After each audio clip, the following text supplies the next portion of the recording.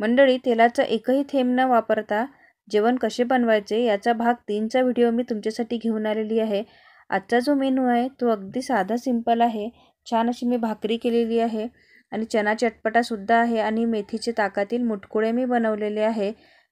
Diet special recipe जरी असली तरी अतिशय चटपटीत अशी ही आपली रेसिपी आहे। कोणीही खाऊ शकता आणि चना चटपटा तर तुम्ही कधीही खाऊ शकता, अगदी नाश्त्याला मधल्या भुकेच्या वेळेस सुद्धा खाऊ शकता। चला तर आता आपण लगेच इथे रेसिपीला सुरुवात करूया। सर्वात आधी आपण इथे बनवूया ताकातील मेथीचे मुटकुळे। त्यासाठी मी इथे ताक घेतलेला आहे। तुमच्याकडे जर ताक नसेल तर तुम्ही दही सुद्धा घेऊ शकता। दह्यामध्ये थोडं पाणी घालून त्याचं घरीच आपण ताक बनवू शकतो। तर मी इथे ताक होतं रेडी, तर ताकच घेतलेलं आहे। यासाठी शक्यतोवर ताक हे आंबट वापरावं, म्हणजे छान अशी चव येते।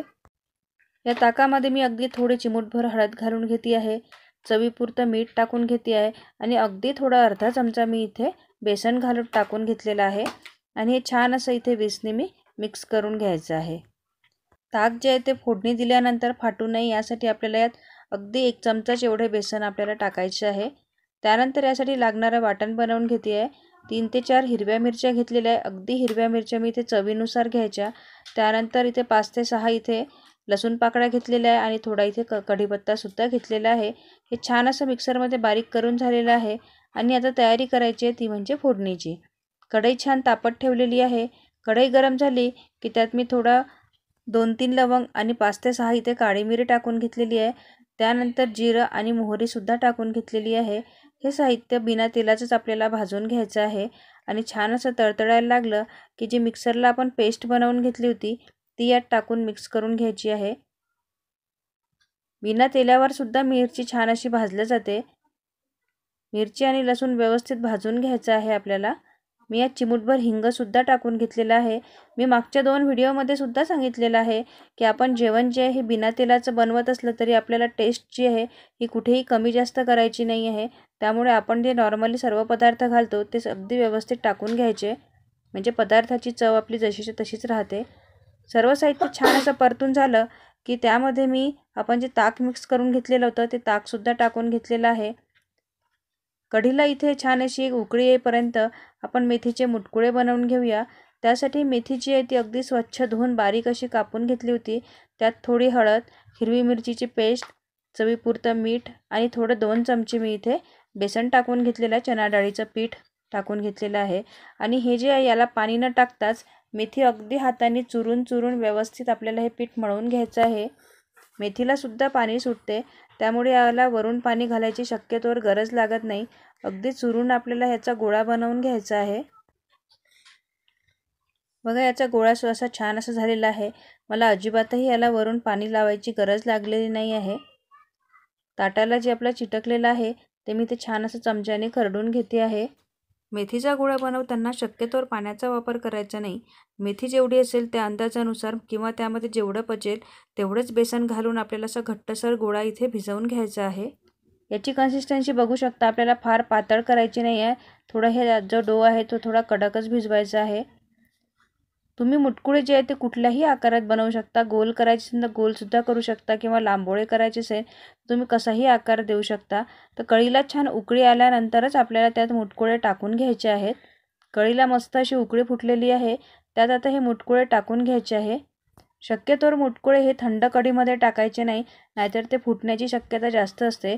त्यामुळे कढीला उकळी आल्यानंतरच आपल्याला त्यात मेथीचे मुटकुळे हे टाकून घ्यायचे आहे। मुटकुळे शिजले की ते असे आपोआपच वर तरंगायला लागतात आणि यावर मी आता सध्या झाकण अजिबात ठेवलेलं नव्हतं, कढीला तशाच उकळ्या येऊ दिल्या होत्या। तुम्ही बघू शकता इथे छान असे मुटकुळे वर तरंगायला सुद्धा लागलेले आहेत आणि त्याचा आकार सुद्धा थोडा इथे मोठा झालेला आहे। खूप टेस्टी अशी ही रेसिपी लागते, तुम्ही एकदा नक्की ट्राय करू शकता। तर आपले हे मेथीचे मुटकुळे तयार झालेले आहे। मी गॅस सुद्धा बंद केलेला आहे आणि आता आपल्याला बनवून घ्यायचं आहे ते म्हणजे चना चटपटा।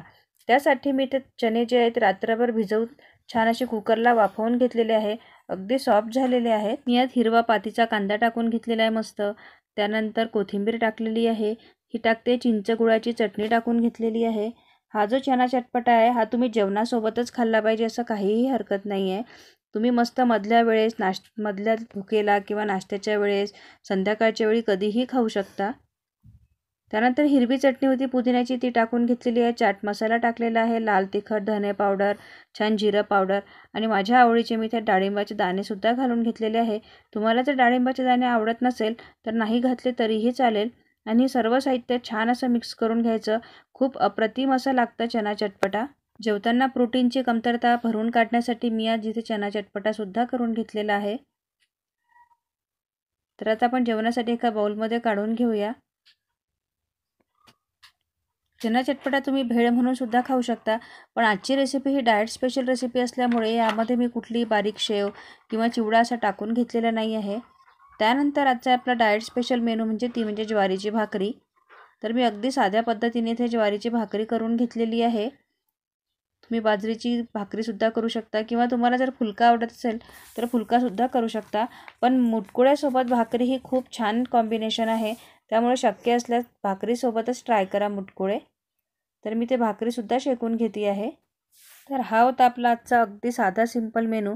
स्वयंपाक तर तयार झालेला आहे. तर आता आपण इथे छान असं जेवणाची तयारी करून घेऊया. हे बघा, मेथी मुटकुळे तयार आहेत. त्यानंतर चना चटपटा, छान भाकरी मी इथे करून घेतलेली आहे.